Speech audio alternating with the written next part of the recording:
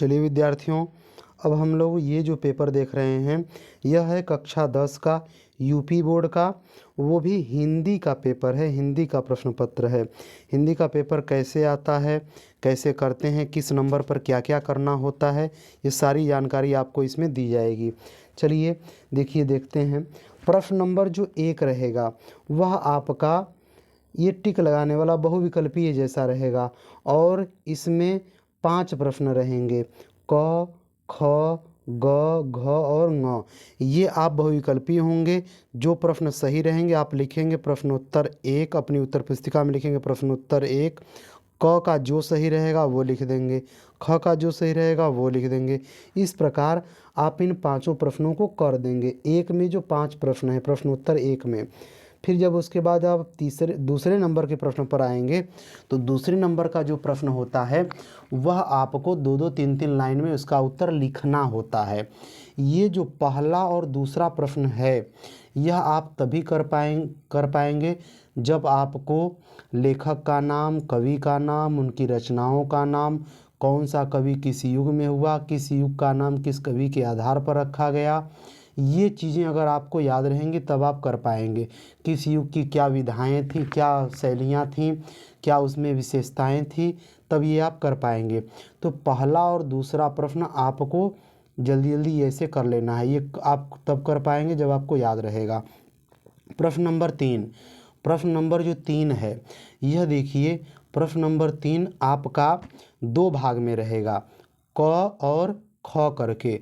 तो क और ख करके जब प्रश्न रहेगा, देखिए इधर नीचे दिया हुआ है प्रश्न नंबर 3 का क और ख, जिसमें से आपको करना क्या है, केवल एक प्रश्न करना है, वो भी पढ़ना है और पढ़ करके नीचे जो प्रश्न पूछे गए हैं उनका उत्तर दे देना है। तो देखिए इसमें कौन कौन से पाठ आ सकते हैं मैं आपको बता दूं। एक पाठ है कक्षा 10 के लिए मित्रता पाठ, फिर है ममता पाठ, फिर है भारतीय संस्कृति और एक और पाठ है अजंता। इन 4 पाठों में से ज़रूर आ जाएगा। मैं ट्रिक बताता हूँ। मित्रता की बात, मित्र की बात, संगति की बात, सत्संगति की बात, कुसंग की बात आएगी तो समझ जाइएगा कि वह मित्रता पाठ से है। और अगर भारतीय संस्कृति के बारे में कोई बात होगी तो भारतीय संस्कृति पाठ से रहेगा। और अगर अजंता पाठ से रहेगा तो उसमें गुफाओं का वर्णन होगा, बंदरों का चित्रों का वर्णन होगा। और यदि ममता पाठ से होगा तो ममता वाली कहानी होगी। इसको याद कर लीजिएगा। ये कैसे करना है, पढ़ना है और पढ़ करके नीचे लिखे प्रश्नों का उत्तर देना है। प्रश्न नंबर 3 में 2 ठो रहेंगे, आपको एक करना है। 2 गद्यांश में से किसी एक गद्यांश को कर देना है। तो देखिए मैं बता देता हूँ, लिखा है उपर्युक्त गद्यांश का संदर्भ लिखिए, मतलब इसको आप पढ़े, अब इसका संदर्भ लिखिए कि किस पाठ से है, किसने इसको लिखा है। अच्छा, फिर उसके बाद दूसरा नंबर दिया है रेखांकित अंश की व्याख्या। रेखांकित अंश की व्याख्या का मतलब होता है जितने के नीचे लाइन खींची है बस उतने को आप पढ़ करके उसका अर्थ बता दीजिए, आप अपने हिसाब से, हो जाता है। अब ये जब आप कर लेंगे तो प्रश्न नंबर 4 पर चलेंगे। प्रश्न नंबर 4 में भी क और ख 2 ठो रहेंगे, आपको केवल एक करना है। अंतर क्या है कि प्रश्न नंबर 4 में पद्य है और प्रश्न नंबर 3 में गद्य है। तो देखिए प्रश्न नंबर 4 में इन कविताओं को आपको पढ़ना है और इनका संदर्भ सहित व्याख्या कर देना है। संदर्भ लिखना है, प्रसंग लिखना है और व्याख्या। संदर्भ कैसे लिखेंगे, याद रखेंगे कि किस किस पाठ से है। मैं आपको बता दूं, सूरदास जी का जो पाठ है पद, रसखान जी का है सवैये और कवित्त, तुलसीदास जी का है धनुष भंग और वनपथ पर, बिहारी लाल का है भक्ति और नीति। तो इनमें से जरूर आ जाएगा। ट्रिक क्या है, सूरदास जी का रहेगा तो सूरदास जी अपना नाम अपनी पंक्तियों में, रचनाओं में सूर या सूरदास पूरा देते हैं, दोनों देख लीजिएगा। रसखान रहते हैं तो अपना नाम रसखानी जरूर देते हैं। तुलसीदास जी राम जी के बारे में कहते हैं। बिहारी लाल की 2-2 लाइनों की रचनाएं हैं। तो आप लोग समझ जाइएगा। तो प्रश्न नंबर 4 को संदर्भ लिखेंगे, प्रसंग लिखेंगे और उस कविता को पढ़ करके उसका व्याख्या मतलब अर्थ लिख देंगे। यह आपका समाप्त हो जाएगा।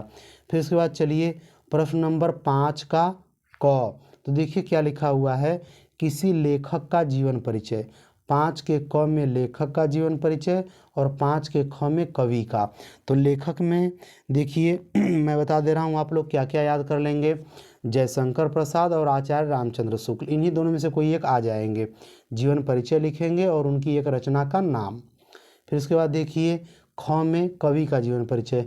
कवि में मैं आपको बता दूं, मैथिली शरण गुप्त याद कर लीजिए, महादेवी वर्मा याद कर लीजिए और तुलसीदास, इन तीनों में से कोई ना कोई एक आ जाएंगे। फिर उसके बाद देखिए चलते हैं प्रश्न नंबर 6 पर। प्रश्न नंबर जो 6 होगा ना, यह संस्कृत वाले भाग से होगा। इसमें आपको संदर्भ लिखना है और हिंदी अनुवाद कर देना है। मैं आपको बता दूं किस पाठ से आ सकता है, याद कर लीजिएगा। वो पाठ है वाराणसी, फिर उसके बाद है प्रबुद्धो ग्रामीणः, फिर उसके बाद एक और पाठ है वीरः वीरेण पूज्यते, एक पाठ और है देशभक्तः चंद्रशेखरः। इन 4 पाठों में से अवश्य ही आ जाएगा किसी एक का। 6वां में अथवा करके रहेगा, किसी एक का आप लोग संदर्भ लिख देंगे और हिंदी में उसका अनुवाद कर देंगे। अब देखिए चलते हैं प्रश्न नंबर 7 पर। प्रश्न नंबर 7 पर आपको एक श्लोक कंठस्थ होना चाहिए। श्लोक वाले में एक श्लोक है बंधनम मरणम वापि जयो वापि पराजयः उभयत्र समो वीरः वीर भाव ही वीरता। इस श्लोक को याद कर लीजिए। 2 श्लोक आपको याद होना चाहिए। क्यों? क्योंकि अगर पेपर में एक ठो आ गया तो आपको उसको नहीं लिखना है, आप दूसरे वाले को लिखना है, इसलिए 2 श्लोक याद कर लीजिएगा।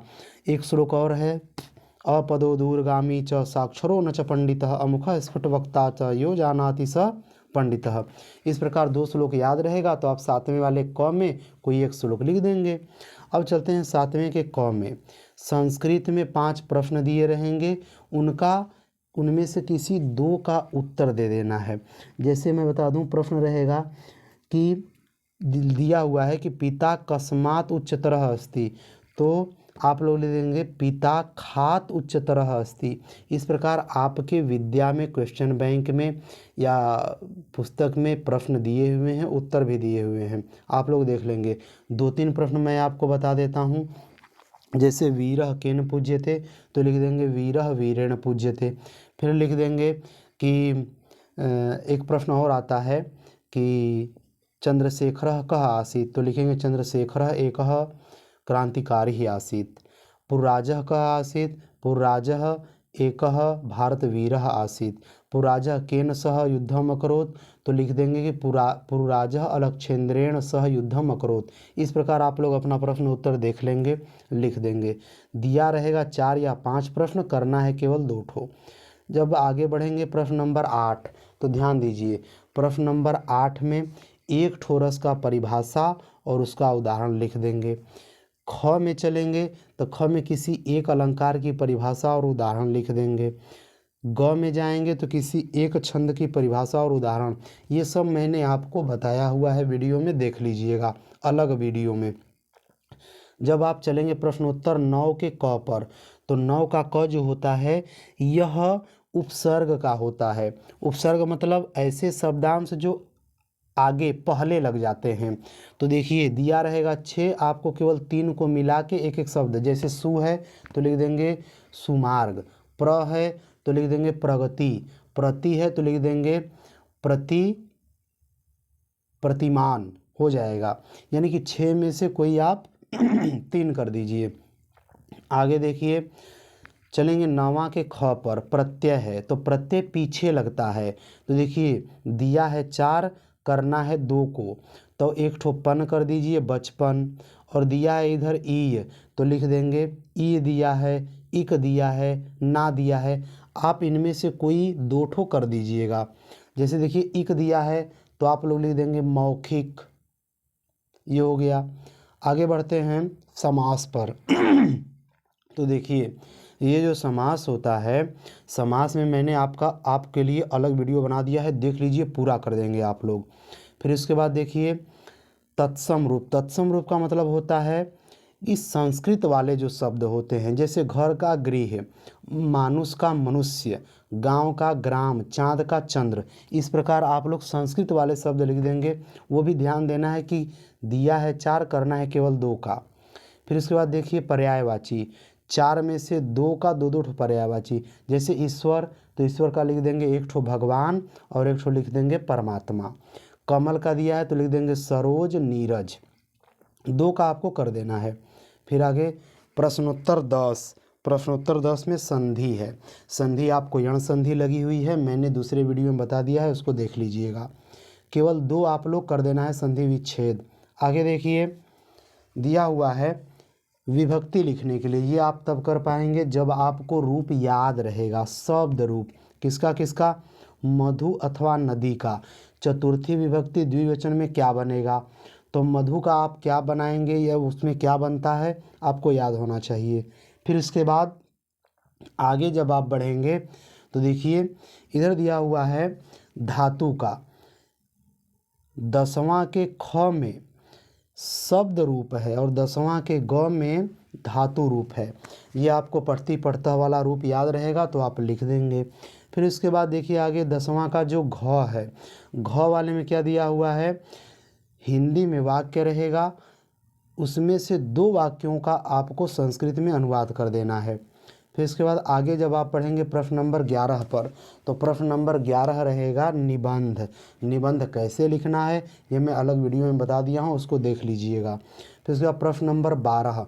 प्रश्न नंबर 12 में कई प्रश्न रहेंगे, आपको केवल खोजना है कि तुमुल खंड काव्य कहाँ लिखा है। जहाँ तुमुल खंड काव्य मिल जाएगा उस तुमुल खंड काव्य में दो प्रश्न रहेंगे, आपको केवल एक प्रश्न करना है। तुमुल खंड काव्य कैसे करेंगे ये मैं आपको अलग वीडियो में बता दिया हूँ, उसको देख लीजिएगा। इस प्रकार आपका यह कक्षा 10वीं का हिंदी का पेपर पूरी तरह से समाप्त हो गया। तो आप समझ लीजिए कि आपका पेपर ऐसे ही आएगा, आपको ऐसे ही कर देना है।